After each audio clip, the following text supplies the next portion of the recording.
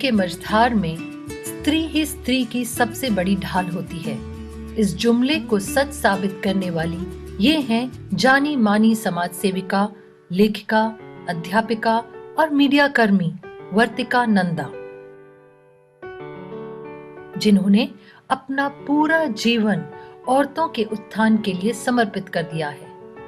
भारत के माननीय राष्ट्रपति के हाथों स्त्री शक्ति पुरस्कार पाने वाली वर्तिका नंदा से आइए कुछ बातें करते हैं।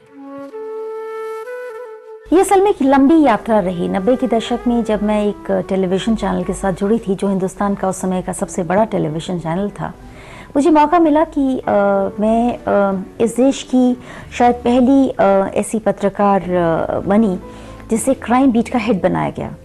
और उस दौरान कई घटनाओं ने मुझ पर काफ़ी असर डाला। कुछ एक ऐसे डाउरी केसेस को मैंने कवर किया जिसमें कि जली हुई हालत में महिलाओं को देखा और बहुत ग्रूसम स्थिति में देखा। दूसरा प्रभाव हुआ जब मैं पीएचडी कर रही थी और मैंने अपना विषय लिया coverage of rape cases bye print media. उस समय भी लगातार काम करते करते जिन विक्टिम्स को मैंने देखा, मुझे लगा कि हम जो देखते हैं और जो कहते हैं सच्चाई उससे बहुत आगे होती है।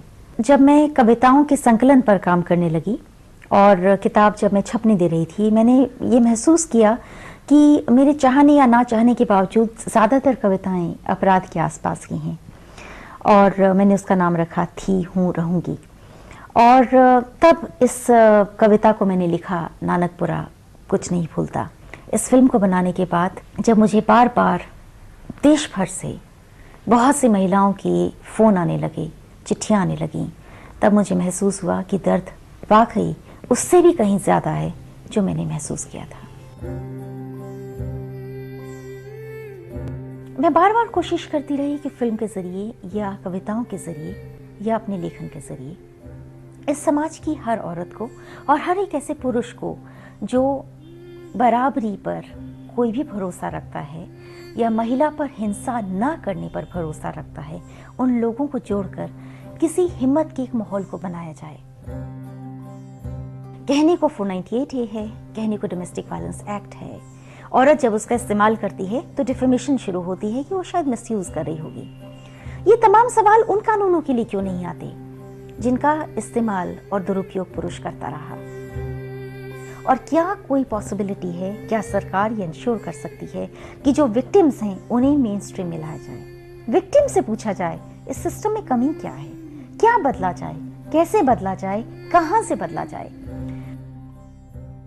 इस देश में कोई और न्याय हो या ना हो, इस देश में दैविक न्याय, डिवाइन जस्टिस आज भी काम करता है।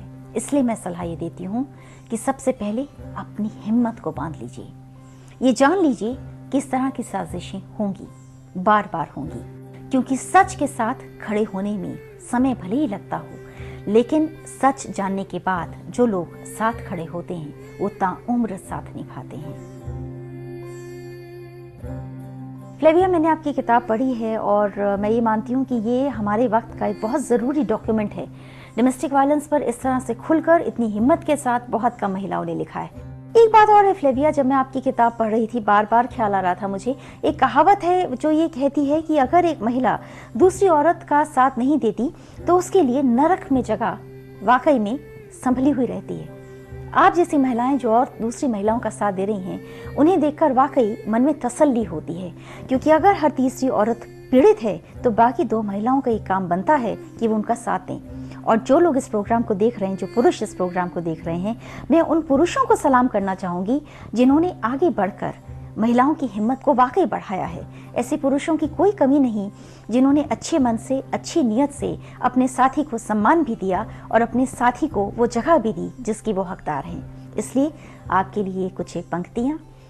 जुबां बंद है पलकें भीगी, जुबां बंद है पलकें भीगी, सच मुट्ठी में पढ़ा आसमान में, इसके बावजूद मैं अपने पंख खुद बनूंगी, इसके बावजूद मैं अपने पंख खुद बनूंगी और कहूंगी मैं थी, मैं हूं और मैं हमेशा रहूंगी।